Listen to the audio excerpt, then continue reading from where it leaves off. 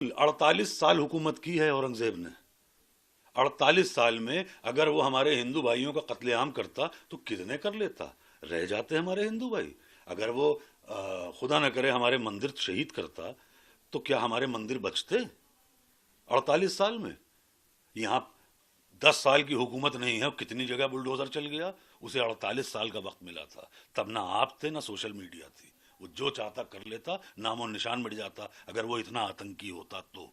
एक बड़ा अहम सवाल इस बीच आता है कि इस मामले को लेकर के अबू आसिम आजमी जो हैं उनके ऊपर तमाम मुल्क में जगहों पर मुकदमा लिख दिया गया।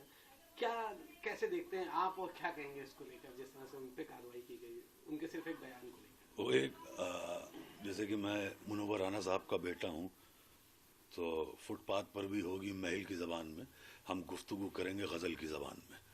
तो एक उस्ताद शायर का शेर है, उसमें गज़ल का एक मतला है कि जो इस हालात पे है अबू आसिम साहब पे, जो आप कह रहे हैं कि मुकदमे हुए और ये वो, तो उनका शेर है कि शायद ये ज़र्फ़ है हमारा जो खामोश हूँ अब तक, वरना तो तेरे ऐब भी मालूम है सारे, और हर जुर्म मेरी ज़ात से मंसूब है इतना, क्या मेरे सिवा शहर में मासूम है सारे।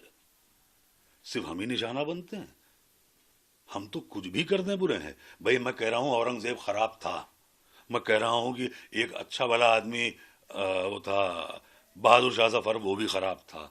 हम मान लेते हैं अलाउद्दीन खिलजी भी खराब था, ये भी खराब निकले। बाद में ये जो और भी लोग आ गए सब खराब। हमारे माफिया बदमाश जो निकले, जो उनको जिताती रही पब्लिक, वो आज आसानी से घूम रही है, सब खराब।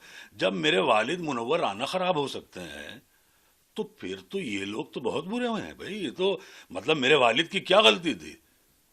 मेरे वालिद की ये गलती थी कि वो गोडसे के दौर में गांधीगिरी कर रहे थे। तो हमारा तो सिर्फ ये, हम तो ऊफ भी कर दें तो बहुत है।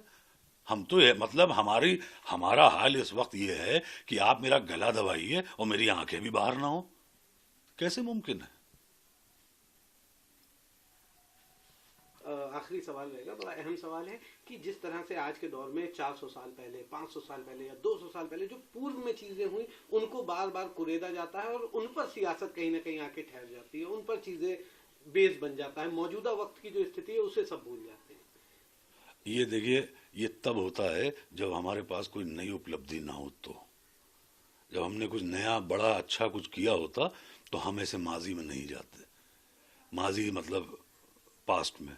उर्दू की बात आ गई तो अभी से भी हमारे यहाँ कहा गया कि उर्दू ज़बान ख़राब है। अब बताइए साहब, फ़राग गोरखपुरी इतना बड़ा शायर, रघुपति सहाय नाम था उनका, उनका तखल्लुस था फ़राग गोरखपुरी। मैं आपको बहुत दिलचस्प वाक़या बता दूं कि फ़राग साहब की बेटी के लिए रिश्ता देखने कुछ लोग आए। तो जो लड़के वाले आए उन्होंने कहा कि वो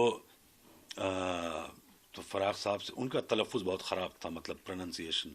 तो वो फ़राग साहब से कहने लगे, लड़के के बाप, उनके वालिद, कि अच्छा तो आप शायर हैं? तो फ़राग साहब ने उन्हें देखा, कहने लगे तो आप कब से शायरी कर रहे हैं? फ़राग साहब का और मूड ख़राब हुआ। तो कहने लगे फिर कोई गज़ल सुनाइए।